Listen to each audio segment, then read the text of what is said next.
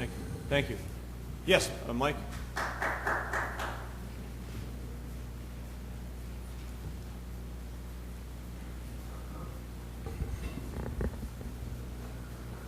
Hello, Mayor. Mike Brennan, 4520 Atlantic Brigantine Boulevard. I was on the mixed use committee. I just want to touch a little bit on that. I'm not speaking outside the committee. Everybody did a good job, and John did display the consensus of the committee. I wasn't author of the original mixed use. Whether that works for Brigantine or not, it's yet to be said. The committee did work very hard. A report by Ryan Mostoff was submitted to the committee. I just want to point out a couple things about that so that we realize we're not totally relying on that information, and certain information was not included in that report that in all likelihood, should an extensive feasibility study be done, would be included in that report. All right, it talks about highest and best use. Highest and best use was discussed between Mr. Flo and the mayor. Highest and best use is only, I'm a real estate appraiser and qualified for these opinions. Highest and best use is, if I was appraising your house, I would address highest and best use. When you do a feasibility study, it has nothing to do with anything.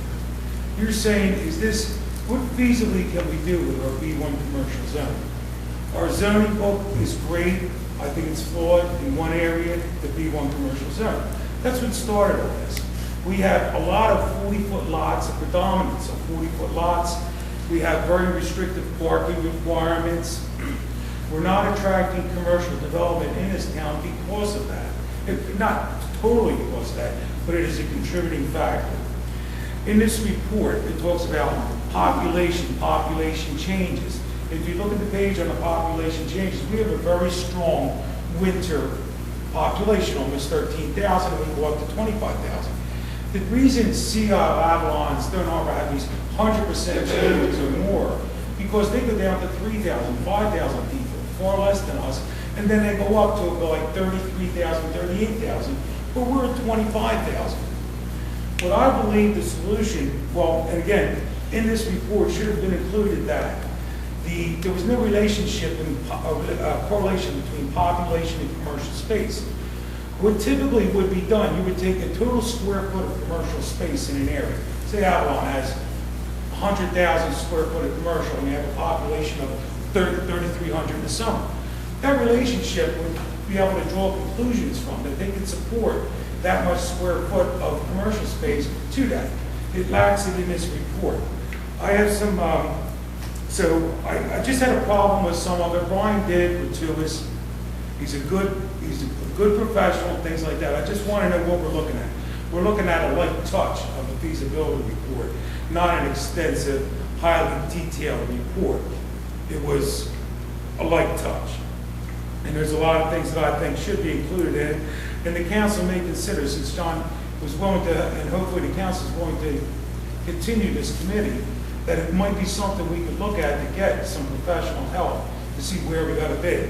I'm imploring the council to recognize that there is an issue, whether mixed use is the answer, or another answer, or the next guy down the line comes up with an answer. There is an issue in Brigantine. We have too much of the property tax burden being placed on the homeowners. And again, with the appeals this year and next year, we're going to have, I'm sure, the same because of the property values going down. It's going to be even more harder, the tax rate's going to go up to make up for that difference. This whole idea of commercial development doesn't happen overnight. Yes, the economy's bad, I understand it. But you don't attract this overnight. This is 3 to 5 years out to solve this problem. The economy is not going to stay here. And if we attack this problem now, come up with the right ideas, get the right professional help, get the right mix of the community. There was a wide diversity of opinions on that committee. Yes, and it was good, it was healthy. John ran it in an orderly manner, and I have no problem with whatever happened there. I want to throw some stats at you. This is from the source, is the Department of Community Affairs, is the most updated information I was able to get. This Brigantine for residential cars is at 8,500 with 117 commercial ratables. We can look at Margate City, 6,500, substantially below us. And they have 187 commercial units that they can support. Summers Point City, 3,700 residential units, 277 commercial units. It's different, it's a mainland community. You're going to get a lot more commercial out there because they draw from a bigger audience. think 100 of them are bars, though. I'm sorry. I think 100 of them are bars. That's Ventnor City, 6,300 residential, keep in mind I'm rounding, 6,300 residential, 131 commercial. Even, we had 2,000, couple hundred more than them, and I know they just approved 7 more, so they'll go 139, 140 commercial units, down to our 117. Let's take a look at Cape May, the wide swings in population. That only really had maybe 8,000 to 10,000 more people that way, but less residential units. Avalon Borough, 5,200 residential, 146 commercial. A lot more than us, a lot less residential. And that 5,200 units support 38,000, I'm not looking at Brian's report, but it's somewhere in that number, I'm not far off. They got less residential units, but more summer population, and they're supporting a better commercial base. Again, Ocean City, 17,500 residential, almost 600 commercial. No, I don't want to be in Ocean City. I'm just making a point. Sea Isle City, 6,150 residential units, 154 commercial units. And they're chasing more. They're the primary reason why we even started talking about mixed use. They're chasing more. They have 4 major projects on the books and a lot more coming. Is with the product that the Sea Isle's attracting, is that what we want? Maybe, maybe not. It may not be. But we're doing something wrong here. We've got to get to the root of the problem. That B1 district in the center of that lighthouse district that Lance had, it's not that big a district.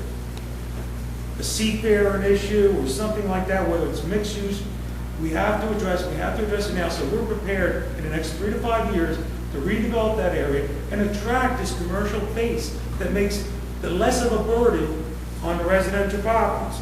And last, Stone Harbor, 2,900 residential units, 198 commercial parcels.